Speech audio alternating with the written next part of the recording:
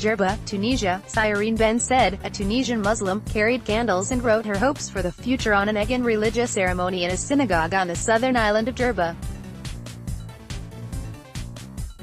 She wanted to share the rituals with her Jewish friends because, for her, Tunisia is a country of tolerance, coexistence and freedom of belief.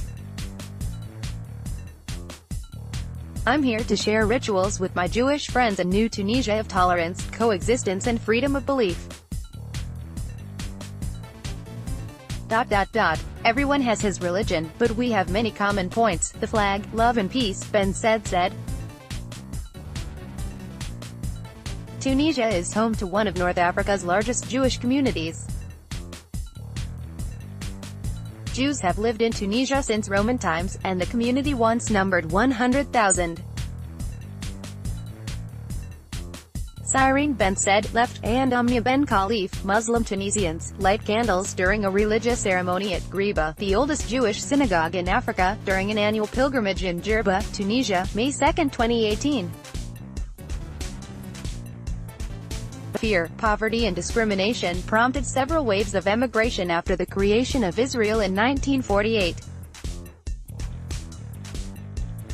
Many left after the 1967 Arab-Israeli War, most going to France or Israel. They now number about 2,000, with more than 1,200 in Djerba. Ben Said is one of dozens of Muslims who participated in the Jewish religious ceremonies in the oldest synagogue in Africa, Djerba, during an annual celebration held this month.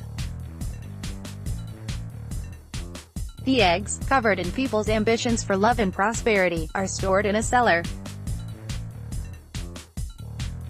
The event is a powerful sign of mutual tolerance in Djerba, where the two communities have long coexisted. Jews and the Muslims of Djerba are all Tunisian citizens, so there is no difference between us, said Perez Trabelsi, a Jewish community leader. He added that despite their small number, Jewish people have a strong presence in economic life, including tourism, restaurants and the jewelry trade. No difference. Each year, Muslim religious leaders and politicians from the Mufti to the head of the government take the chance to go to Djerba to promote the message of interreligious tolerance. This is a peaceful island that embraces its Jews and Muslims in harmony, giving a message to the world that we must abandon hatred and hostility, said Tunisian Imam Hassan Chalgoumi, as he shook hands with one of the rabbis. Two Tunisian Jewish men are seen at Djerba, the oldest Jewish synagogue in Africa, during an annual pilgrimage in Djerba, Tunisia, May 3, 2018. Djerba synagogue was hit by an Al-Qaeda truck bombing in 2002 that killed 21 people, most of them German visitors. At the entrance to the synagogue, a young Muslim, Makram Gaga, welcomes visitors with a broad smile, and presents headscarves to those who need one. "It's my job and my livelihood," he said. "My relationship with everyone who visits this place is good. They have their religion and I have my religion," added the guard, who has worked in the synagogue for 7 years. Most Jews in Djerba live in Harakabur, a neighborhood, their homes next to Muslim homes, where they exchange visits and gifts at religious events and weddings.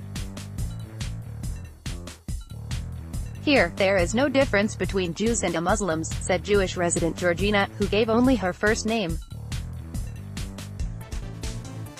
"We are good neighbors, some of them we visit all the time. They offer us food, and we give them food, too." Security. Despite the peaceful atmosphere, security is still tight. This year, during protests against government austerity measures in January, assailants threw petrol bombs at a small synagogue in Djerba, causing shock, but no casualties.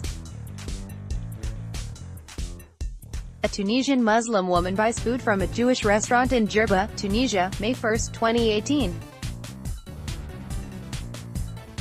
In Djerba's Old Medina, Jewish tailor M.G. Isis Djerba has worked for 4 decades sewing djerba, a traditional Muslim dress.